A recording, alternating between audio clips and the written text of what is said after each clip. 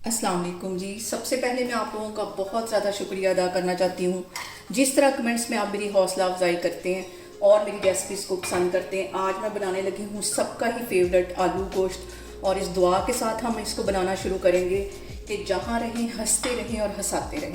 यहाँ पे मैंने 2 मीडियम साइज़ के प्याज ले लिए, इसे काट लिया, और 2 टमाटर छोटे साइज़ के थे, ये भी काट के छिलके इसके उतार के ये इसमें कढ़ाई में डाल दिए। और इसके साथ ही तकरीबन 1.5 गिलास के जितना इसमें मैं पानी डाल दूँगी, और इसके साथ ही मैं कुछ साबुत मसाले डाल दूँगी। तो साबुत मसालों में 2 सब्ज़ इलायची, 1 दालचीनी का बड़ा टुकड़ा और 2 बड़ी इलायचियाँ, और इसके साथ ही 1 टीस्पून भर के मैं लहसुन और अदरक का पेस्ट डाल दूँगी, और इसके साथ ही आधा टीस्पून से थोड़ी सी कम ये हल्दी इसमें चली जाएगी। इन सारी चीज़ों को अच्छी तरह पहले हिला लेना है। अब इसके अंदर मैं डाल दूंगी 1 किलो के जितना मटन। 1 किलो इसमें मटन चला जाएगा, और 1 टीस्पून इसमें चला जाएगा नमक। नमक स्टार्ट में डालना है ताकि मटन हमारा जो अंदर तक नमकीन हो जाए। इसको मैं कर दूंगी कवर तकरीबन 20 मिनट के लिए, और तकरीबन जब ये 80% के करीब कुक हो जाएगा तो फिर हम इसकी भुनाई करेंगे। अभी मैं इसको हल्की आग पे रखने लगी हूँ 20 मिनट के लिए, तो मैं आपको 20 मिनट के बाद दिखाती हूँ। और यहाँ पे देखें जी, मटन को कवर करके रखे हुए मुझे तकरीबन 20 मिनट हो गए हैं। अब मैं इसका कवर हटाती हूँ, और पानी काफ़ी हद तक ड्राई हो गया है, और हमारा मटन जो है वो भी तकरीबन 80% के करीब कुक हो गया है, क्योंकि बाकी इसमें जो आलू डालेंगे उसके साथ पकेगा तो बाकी का उसमें पूरा हो जाएगा। और पिसी हुई रेड मिर्च जो है इसका आधा टीस्पून इसमें मैं डाल दूँगी, और जो कश्मीरी रेड मिर्च है उसका भी आधा टीस्पून डाल दूँगी। कश्मीरी रेड मिर्च से जो कलर और फ्लेवर है वो बहुत मज़े का आता है। और अब इसके साथ ही आधा कप के जितना इसमें मैं कुकिंग ऑयल डाल दूँगी, और 1 टीस्पून इसमें मैं गरम मसाले का डाल दूँगी। और इसकी हमने भुनाई करनी है अच्छी तरह, तकरीबन 10 मिनट लगा के अच्छी सी इसकी भुनाई हो जाएगी। फिर इसके बाद मैं इसमें आलू डालूँगी।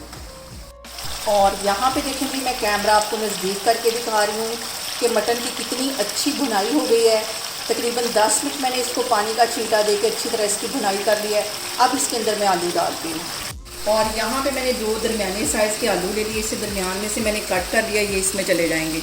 और आलू डालने के बाद सबसे जो अहम बात है हमेशा की तरह वो एक ही है कि आपने मेरी रेसिपीज़ बनाते वक्त घबराना नहीं है। बिना स्किप किए हुए आप मेरी वीडियोस देखें, और अगर अभी तक आपने मेरे चैनल को सब्सक्राइब नहीं किया तो प्लीज़ उसको सब्सक्राइब करें। और आलू डालने के बाद इसमें मैं पानी का छींटा दे दे के तकरीबन इसको 5 मिनट के लिए मज़ीद अच्छी तरह भून लूँगी, ताकि आलूओं के अंदर भी सारा मसाले का जो फ्लेवर है वो आ जाए। और आप सब लोगों का मैं बहुत ज़्यादा शुक्रिया अदा करती हूँ, जिस प्यार से और जिस चाहत से आप मेरी रेसिपीज़ देखते हैं। और जो मेरे नए सब्सक्राइबर हैं उनका भी मैं दिल से शुक्रिया अदा करती हूँ, जो मेरे चैनल को बड़ी मोहब्बत और चाहत से देखते हैं और इसकी रेसिपीज़ को फॉलो करते हैं। और यहाँ पे देखिए जी, आलू डालने के बाद भी मटन की भुनाई करते हुए मुझे तकरीबन 5 मिनट हो गए हैं।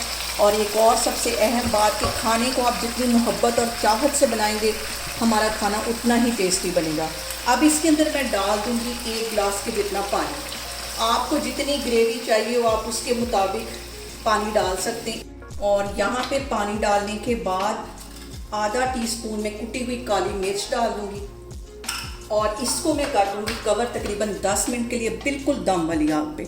तो फिर मैं आपको 10 मिनट के बाद दिखाती हूँ। और यहाँ पे देखें जी, आलू गोश्त को कवर करके रखे हुए मुझे तकरीबन 10 मिनट हो गए, और मैं कैमरा आपको नज़दीक करके दिखाती हूँ कि कितना खूबसूरत कलर इसके ऊपर आया।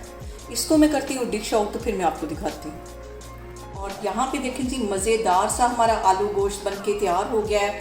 आप लोग इसको लाजमी ट्राई करें, और मुझे कमेंट्स में बताएं कि आपको मेरी रेसिपीज़ कैसी लगती हैं।